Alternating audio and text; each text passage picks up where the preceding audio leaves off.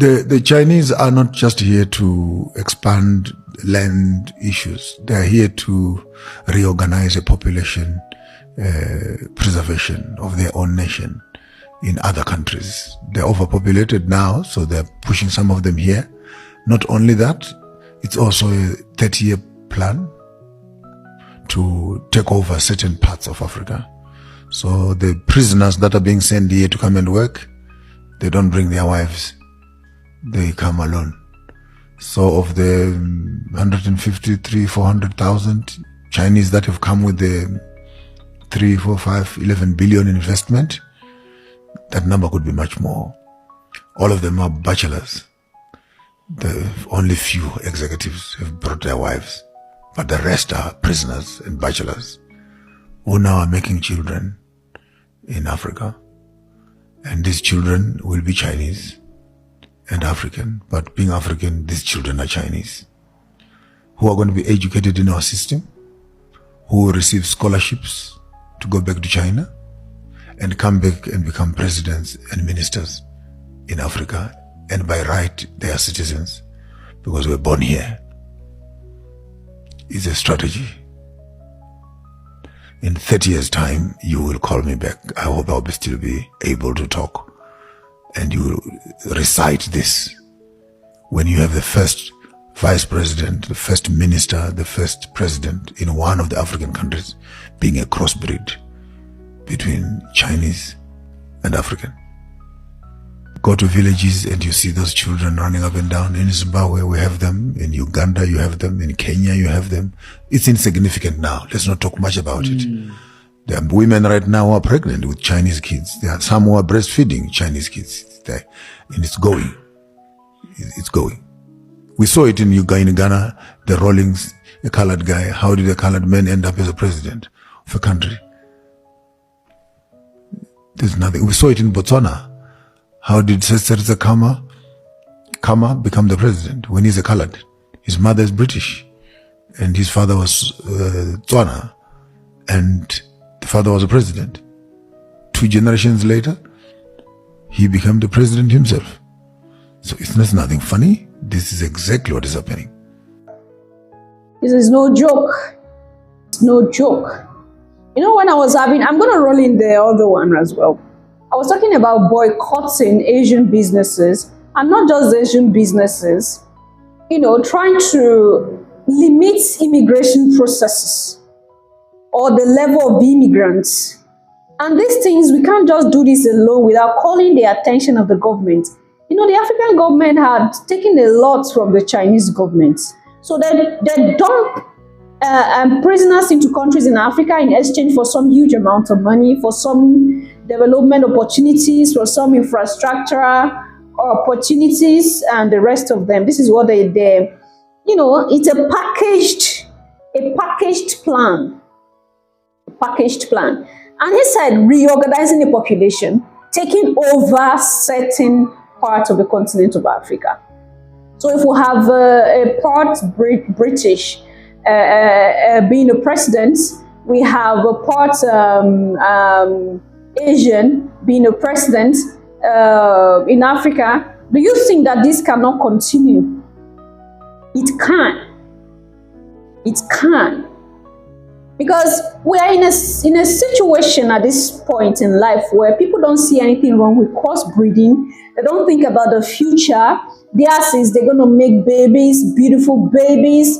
You know, they're going to love as they can because love does not know color. Love is blind. They don't think about the race, future, tomorrow. The same thing that the Moors did, the same mistake the Moors made. They had children with the daughters of the cavemen and women, and in turn, these children were the ones that unalived their fathers. So the children of these cavemen took a dagger and unalived their fathers with their hands. And you'll be like, if that's the father, how do they have the mind to unalive their own father? Because the moment you are mixed with some other thing, especially with the seed that is rebellious, you can easily be manipulated. Why do you think we have situations going on in black communities today? Is because of mischiefs. You will not like it, so I'm going to stop there because you don't like the truth.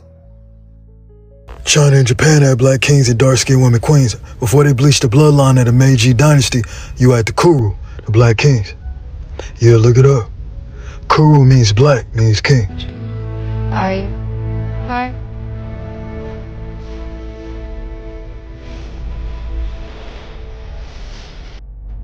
Did you know that the original inhabitants of China and Japan were believed to be black? Known as the Jomon people, they arrived in China around 100,000 years ago, continuing to live there until the Qing dynasty. These ancient kings and queens were rocking their natural hair long before the 20th century. Around 35,000 BC, some of these Jomon people ventured into Japan, becoming the first humans to inhabit the Japanese islands. Later, another group, the Ainu, followed them. Today, the genetic legacy of the Jomon people remains strong, with their genes found in 40% of modern Japanese, as well as in Mongolians and Tibetans. This incredible history connects Africa to Asia in ways often forgotten. They just discovered, this Chinese geneticist just discovered, and you can see the video. He goes, well, in all my studies, I've realized that Asian people come from Africa. We've been telling you that. We've been telling you that. But, you know, it's us saying it.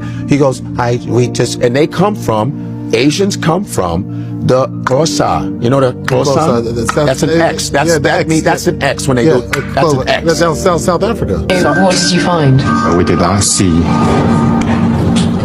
even one single individual that could be considered as the descendant of the Homo erectus in China. Rather, everybody was a descendant of our ancestors from Africa.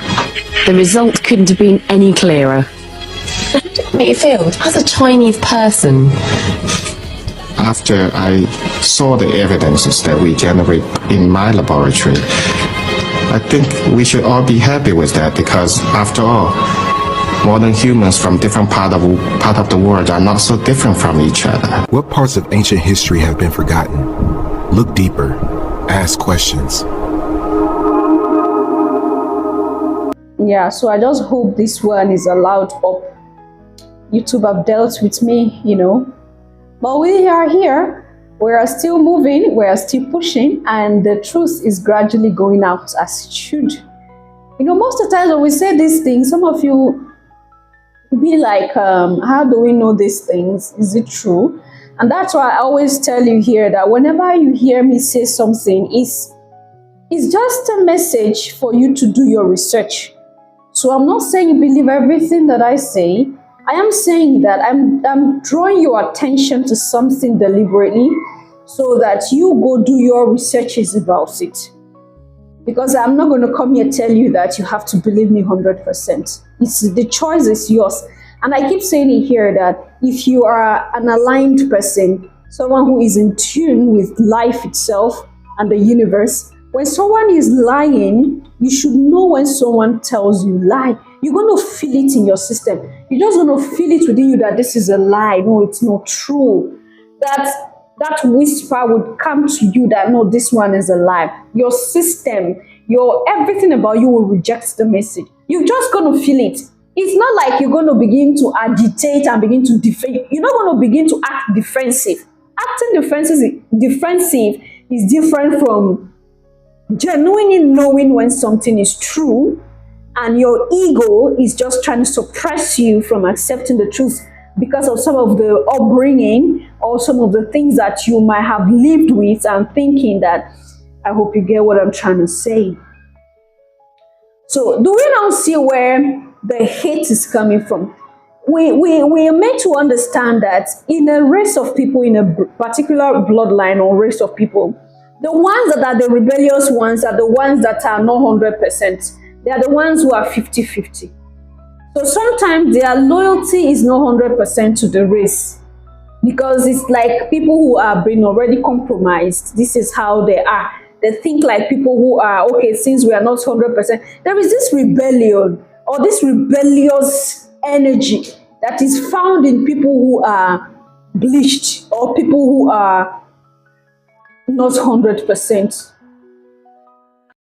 From over the years, we've seen that the downfall of many races of people around the world are from those who are, who are not 100%.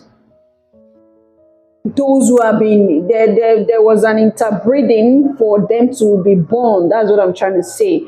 I'm not in any way talking down on anybody. I'm just trying to be careful with my choice of words so I don't anger you and the message is passed. So I hope you have an understanding, a little maybe understanding of what I'm bringing to the table here right now.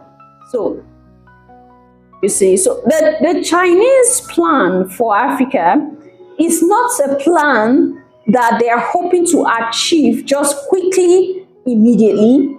It's a plan that they're gradually going to get into the system and get involved in a way, they're going to intermingle or intertwine in a way that Africa will not be able to erase them anymore.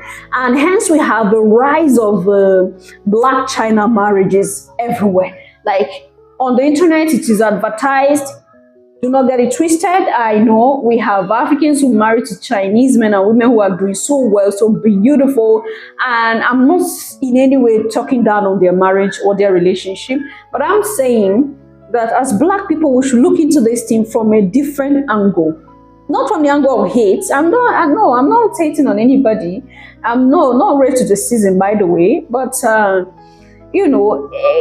it's the same way that the European propagated black and white marriages that we began to see the yellow and black marriages, the Chinese, the Asian, and black marriages. So it was it's still being propagated even. We have, and this is mostly seen in East Africa. Like you heard Maponga, he listed the country Uganda, Kenya, what are the other ones? Zimbabwe and the rest of them. It's not like it's not happening in other parts, but it's more there because we have more cases. We're talking about evidences now. We have more cases from that region. So I'm not saying you are the only one that run after Chinese, no. But we have more cases from that region. And recently we had a Ugandan lady who also had married into a Chinese family, and she came out and she was like, say no to Black China marriages because there is nothing good there. She spoke about how she was treated as an in-law by the community, not by the immediate family, because of course it's their son that married her, so they don't have a choice, they have to love her. But the community she was in saw her differently. And whenever she moves around, there is this hate, there is this, we look into their faces, there is no genuine love, according to her. I'm still going to leave a clip of what she said at the end of this discussion so that you have an understanding of what I'm trying to say. So we have to be careful with these Asians because there is no love even. They prefer to align with the whites than aligning with anything black. And that is why when I was talking about boycotting Asian businesses and and the rest, I was saying that this is not just a thing that we should leave to the Americans, melanated brothers and sisters in America alone. We should make it our own. We should make it our business, because a lot of Africans consume China-made products. You see, China is a bulk of their money. They are getting it from Africa because most of their products are. I don't know. I don't want to use the word that might look like I'm bringing out their market value for their product, but most of their products are imitations and they are cheaper. So a good number of populations in Africa will patronize them. And I keep saying it. You prefer patronizing made in China and you don't patronize made in your country, made in the continent of Africa, but you prefer made in China because it's cheaper. Because even the things that are produced in Africa here are not as cheap as what is imported from China. So they try their best to make it very, very affordable, make it look very cheap so that people can be easily deceived into, getting them. Yeah, so that the market can move. So a good number of Africans are in China importing goods and services from China. And I tell you, the market, they got the market in Africa. Just imagine if that is boycotted. I know those who are into these businesses might feel angered. They might feel like, you're trying to take food from the table for those who are perpetually into importing things from China. But I think these are the things that African countries should begin to look into. Possible boycotts in one way or the other, saying no, you're treating our brothers and sisters in America badly, so we also will have to change our terms of business since you do not value the black man and the black woman. That's simple as that. Simple as ABC. So